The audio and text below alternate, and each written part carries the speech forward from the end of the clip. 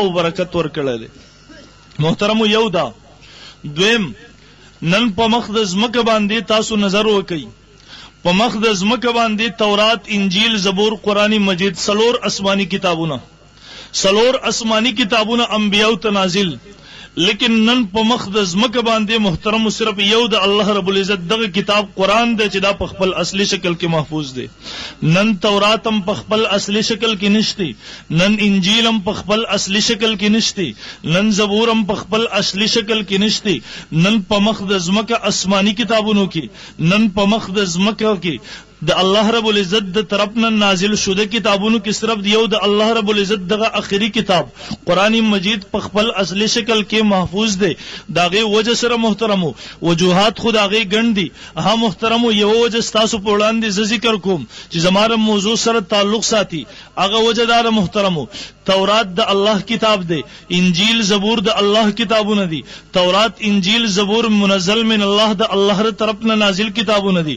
تورات ته کتاب الله ویل جایز دي، انجیل ته کتاب الله ویل جایز دي، زبور ته کتاب الله ویل جایز دي. خو محترم تورات ته کلام الله ویل ناجایز دي، زبور ته کلام الله ویل ناجایز دي، انجیل ته کلام الله ویل ناجایز دي. قرآن یو طرف ته کتاب الله دی، بل طرف ته کلام الله دی. قرآن یو طرف ته کتاب الله دی، بل طرف ته محترم رد برای راست تعلق او واسطه د الله رب العزت سره ده. دا د الله رب العزت صفت ده.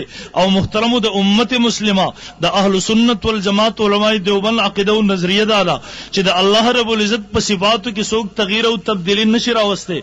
د الله رب العزت په صفاتو کې بندره دې خبره طاقت او قدرت نه لري چې د الله په صفاتو کې یو صفت بدل کی، د الله په صفاتو کې یو صفت کې تبدیلی راولي. بخکینی کتابونه هغه کتاب الله او خو هغه د الله کلام الله نو، د الله رب العزت صفت نو، د الله رب العزت سره برای راست تعلق نو راغله. د دې وجنه د هغه زمانه علماء د هغه زمانه خلکو باغی کې لفظي تحریف هم کو مانوي تبدیلی هم پکې راوسته. محترم یو انسان کړه دې خبري عقیده ساتي چې تورات انجیل زبور دې کتابونو نه یو کتاب ته کلام الله وای، د دې سره به دا لازمیږي چې د انسان د دې خبري عقیده لري چې نعوذ بالله بندگان د الله په صفاتو کې تبدیلی راولي. زمونږ د اهل سنت والجماعت ځکه یو عقیده ده چې د قرآن مجید کم الفاظ د لوح محفوظ نه نبی علیہ السلام تراغلیو، د لوح محفوظ نه آسمانی دنیا ته، د آسمانی دنیا نه نبی علیہ الصلوۃ والسلام ته په کم شکل کې راغلیو ام په اق شکل کې ترنن پوری محفوظ دي. ترنن پوری د الفاظ هم چا نه دي بدل کړي، ترنن پوری د یوې نقطې کې هم چا تبدیلی نه دراوستي. تاسو توجه شته جی؟ ستړي شوی خو نه سحر نه ناسي زما په خیال تاسو ستړي شوی. تاسو ستړي به زه خبره ختمه کوم. زه به توجه غواړم زما خبري جواب به ان شاء الله راکوي، جمع سره به راکوي. ټیک ده کنه ان شاء الله؟ که ستړي یا زما په خبرو خو پکېږي چې بیا ختم کوم خبره.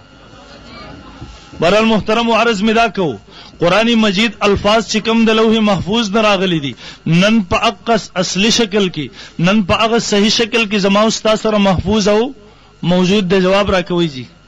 نن زمونږ سره په هغه شکل کې صحیح محفوظ او موجود دی الحمدلله. محترمو د قرآن مجید په حواله سره زمونږ نظریه دا ده ترنن پوری نه د الفاظ چا بدل کړي دي او نه تر قیامت پوری بدلول شي.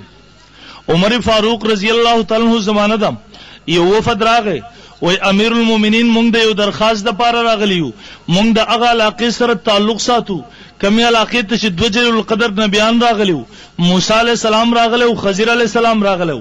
زمونږ د مشرانو نه د ملمستوب مطالبه کړې و فابو ای یضیفوهما، زمونږ مشرانو د ملمستوب نه انکار کړو. امیر المؤمنین مونږ اسلام راوړی دی، مونږ کچر تلاړ شو، مونږ خپل تعارف نشو کولای. څوک تاسو وکړي د کمزین راغلی، مونږ ورته وایو د پلان کې علاقې نه راغلیو.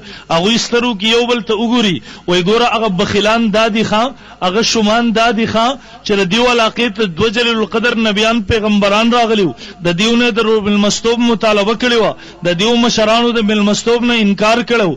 ول امیر المؤمنین دون مالم راوړی د بیت المال کې داخلولو لپاره، سالانه به دون مال راوړو بیت المال کې به داخلو. امیر المؤمنین زمونږ درخواست دار د بیلان دی یو نقطه را دا یو نقطه لری کوي، یو نقطه ور سره بل زیاته کوي، د بے د پاسه ولګوي، د بے نه بس جوړ شي ته به جوړ شي، د بے نه بس جوړ شي تیب جوړ شي معنا بداشي فابوا ان يضيفوهما مخک معنا دا و دیو د ملمستوب نه انکار کړي وسبه معنا شي فاتوا ان يضيفوهما چې کله د ملمستوب مطالبه شو دسترخوانونه ډک شو ډوډۍ راو چلے دي عمر فاروق رضی الله تعالی چې دا واوریدم د دې سره پیدو دیو ته ویل پاسي که عمر دا کار وکي د الله اسمان به ټوټي ټوټي شي عمر په سر بره وګرځيږي د الله زمکه به سوري شي عمر به پکې دن نه لاړ شي نن محترم زمونږ یو نظریه دا چې قران الفاظ په کم شکل کې راغلي او نن دا اصلي شکل کې زمونږ سره محفوظ او موجود دي نه تر نن پوری دي کې چا تبدیلی راوستره نه تر قیامت پوری راوستې شي که کم انسان د دې خبرې قایلی چې قرآن یو لفظ چا بدل کړی دی یا د قرآن مضمون چا بدل کړی دی زمونږ د اهل سنت والجماعت اجماعي فتوا دغه سړی د کفر دا دسه سړی کافر دی د دایره اسلام نه خارج دی چې د قرآن کې د تحریف معنوي قائل دی یا د تحریف لفظي قائل دی دویم محترمو زمونږ د اهل سنت والجماعت عقیده او نظریه دا چې څنګه قرآنی مجید الفاظ راغلي دي دې کې چا تبدیلی نه ده کړې د قصید قرآنی مجید د الفاظ او مطلب او معنا دام د نبی علیہ الصلوۃ والسلام شاګردانو د نبی علیہ السلام نه زده کړی ده ام اق معنا او مفهوم